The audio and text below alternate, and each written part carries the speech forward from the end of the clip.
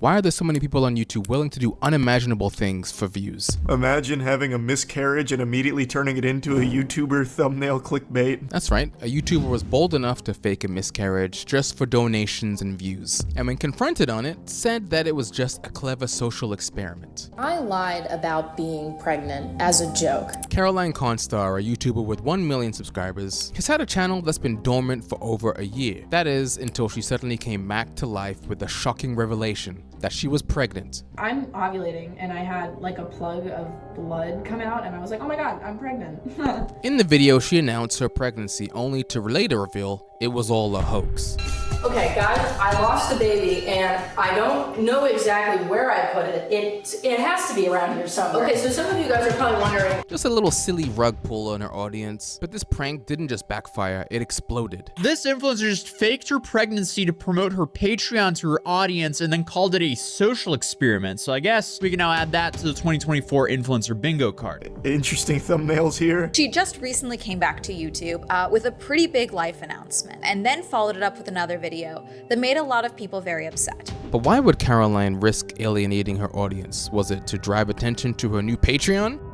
This entire stunt has been an advertisement for my Patreon.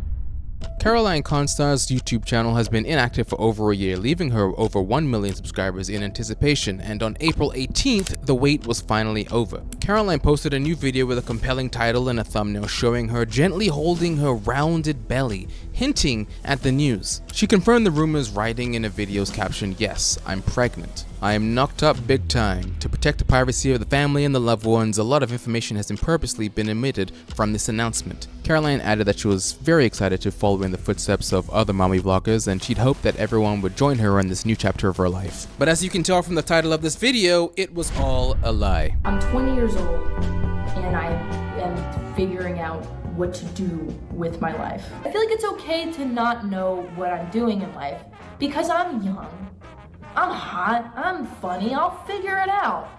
Life will go on and I will, by default, be something, if not dead. At first watch, it did indeed seem like she was pregnant and deciding to share her story by documenting the emotions she was going through. She even reassured everyone by saying, I'm good, guys.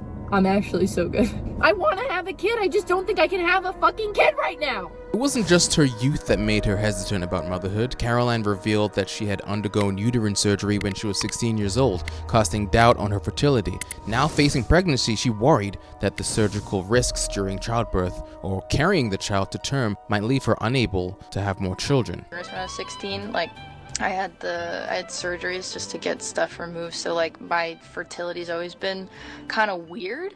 I'm pregnant, and if there's any kind of surgical intervention, I could really fuck up my fertility. I might not be able to have a kid again. And then the other thing is that if I have this kid, it's very likely that I won't be able to have another one. But despite her concerns, the Polaroids of her growing belly and her joyful expression in the front of the ultrasound images showed she had made up her mind. But then on May 1st, Caroline uploaded a video entitled, "I Lost the Baby." Funny, right? Classic bait and switch. Well, I'm sure everybody wasn't in on the joke because, as you can clearly see, this led to a huge wave of people unsubscribing from her channel. Why would Caroline risk alienating her audience for what seemed like a practical joke? Well, to understand that, I need to look at who Caroline Constar is. Self-described on her social media bio as smart, beautiful, talented, humble, and an artistic genius, Caroline was born in 2003 and clearly does not aim to be taken too seriously. Her entire online persona thrives on edgy humor and likes to shock her viewers. In 2019, Caroline made waves from a promposal parody that insensitively joked about serious issues. It's prom. It's prom. I'm taking you to the prom. Beep beep. We're going in a rented Mercedes. Just watch out for those dumpster babies. I may be hip, but I got something hipper. You put it in drinks and it's easy to slip her. It's prom. It's prom. I'm taking you to the prom.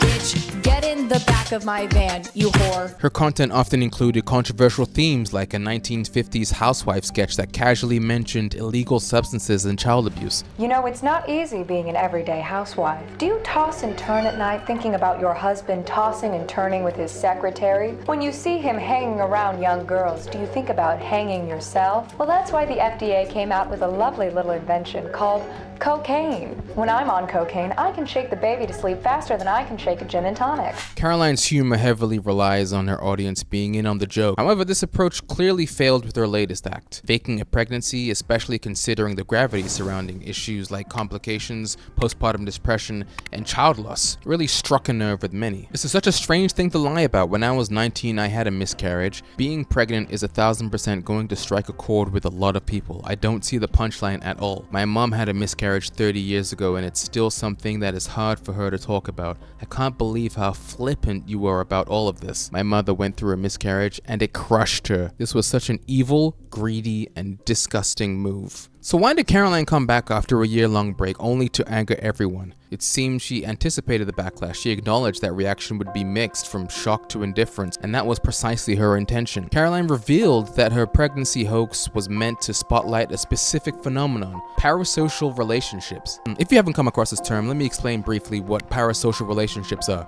A parasocial relationship occurs when one party feels a deep personal connection to another, typically a public figure, who remains unaware of their existence. These one-sided bonds often form between fans, celebrities, athletes, and content creators. Caroline explained that as an influencer, viewers often form strong attachments to their online persona and you project. Interestingly, while these connections can hold deep personal significance for their audience, they might mean little to the creator. The relationship was transactional for Caroline. Her viewers' attention translated to monetary value. However, they didn't make the parasocial bonds any less unsettling for her. She revealed she had been receiving disturbing threats from viewers since she was 15, highlighting the darker side of this one-sided relationship. The experience of having a parasocial relationship with your audience can be very uncomfortable. I'll give you an example. When I was 15 and I first started making content, I had a lot of people threaten to rape me every day. And if you could imagine, this was not fun. And the problem with this, beyond the obvious, is that there's no meaningful way to respond to this interaction. Okay, so what did faking her pregnancy have to do with anything? She explained that even though the bond in a parasocial relationship is artificial, it still has real consequences for both parties. The offender has anonymity, and in some way, so do I. So I'm not treating them like a real person. They're not treating me like a real person. You're not real, and I'm not real, and none of this is real. And yet, the effect that we have on each other is still very real. And to illustrate this, Caroline staged a fake pregnancy.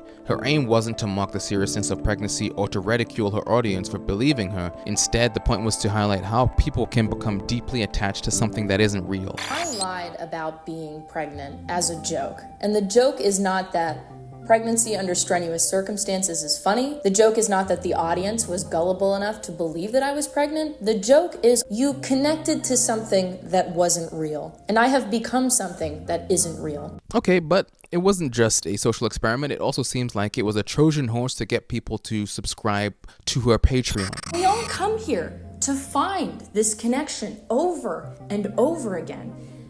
And we don't really find it until now, when you subscribe to my Patreon.